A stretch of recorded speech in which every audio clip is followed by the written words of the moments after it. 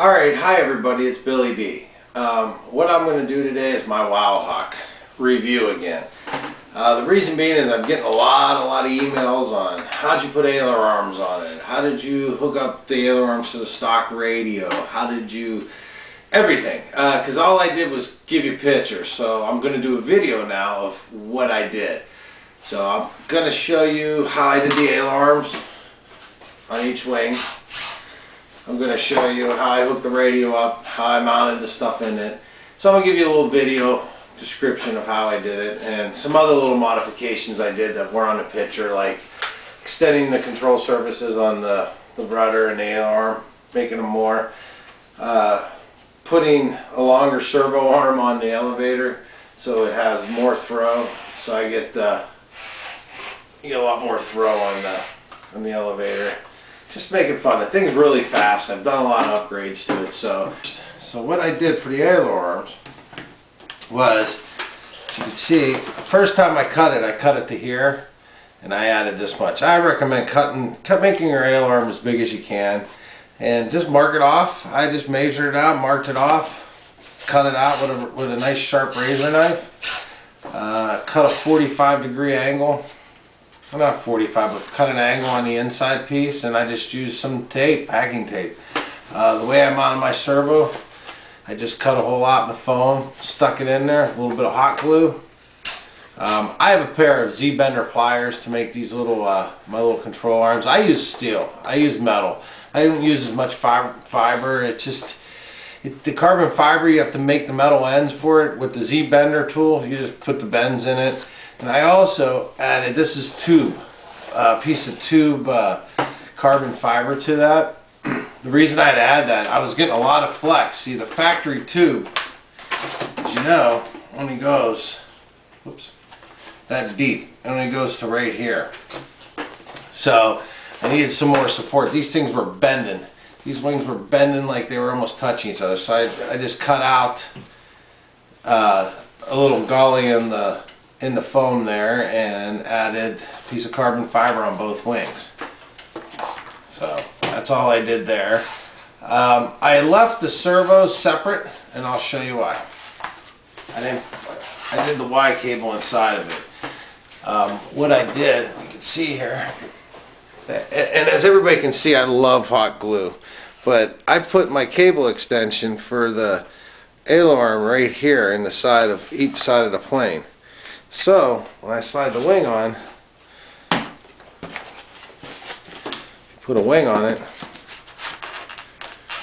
then you just take, you can see this, I just plugged this right in, it just plugged right into the plane.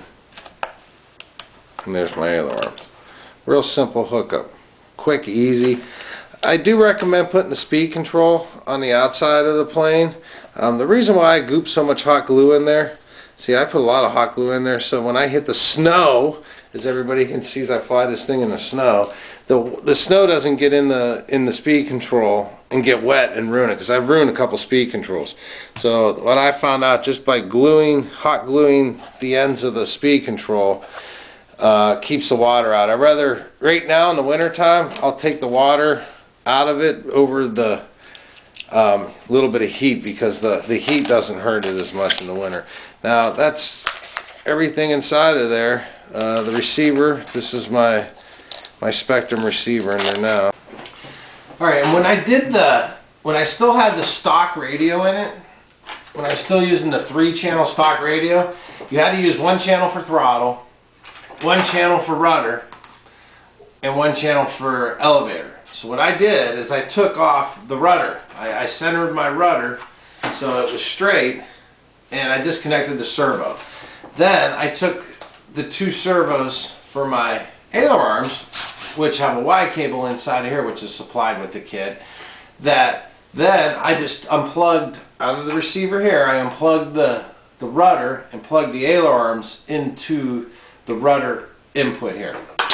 So basically, with the stock radio, this is elevator, this was rudder. What I did is I made this ailer arm, and it was easier to fly. I like flying with elevator or ailer arms versus rudder. I don't know, it just depends. But I like to have rudder and ailerons. That's why I have both on there, and that's what to have the better radio on there. But if you want it to bank your turns and stuff a little bit better, put the ailerons on it. You can still use the stock radio with the LiPo battery. But you can get this whole entire rebuild kit, everything you'll need except the better radio. You're not going to get the DX6 with it. You're going to have your stock radio. But later on, if you decide to upgrade, if you get a better radio. So that's Billy D. I think I covered mostly everything with the old Wildhawker. Fun plane though. It screams. If you watch my videos, this thing's fast. I mean, it is really fast. In fact, the video you saw, there's an onboard video. This is the piece of Velcro. I put the little camera on there. So you guys were flying. If you watch that video, you were flying looking right out this way. Because the camera's Velcro right here, so you're looking right out the front of the plane. It's a fun plane. I bought it at Harbor Freight, and I think I spent $65 on it or $75 on it. And probably the upgrade kit under $100 for the upgrade kit, under $100, and you got a really fun plane to fly. I mean, I love to fly it. It's a good durable plane. You get out there and throw it, it takes off the ground, whatever you want to do with it.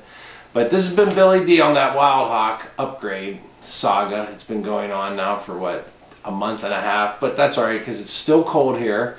And it hasn't got warm yet, and I keep building stuff, but I can't fly because if it's not cold, it's windy, or it's both. Like today, it's 10 degrees and it's windy, so I can't do anything. So I made a video. And please subscribe. I think it's on that side. Subscribe to my videos because I'm always coming up with something new and crazy. my signature landings, I guess I'm becoming a... If you guys could see, in the summertime when I make a video and you could see the backyard and see what I'm landing, how fast I got to come down to land, it's tough. It's a challenge in itself. When I get out to an open field, I don't know what to do with myself. So, but anyways, it's Billy D. It's been a good time.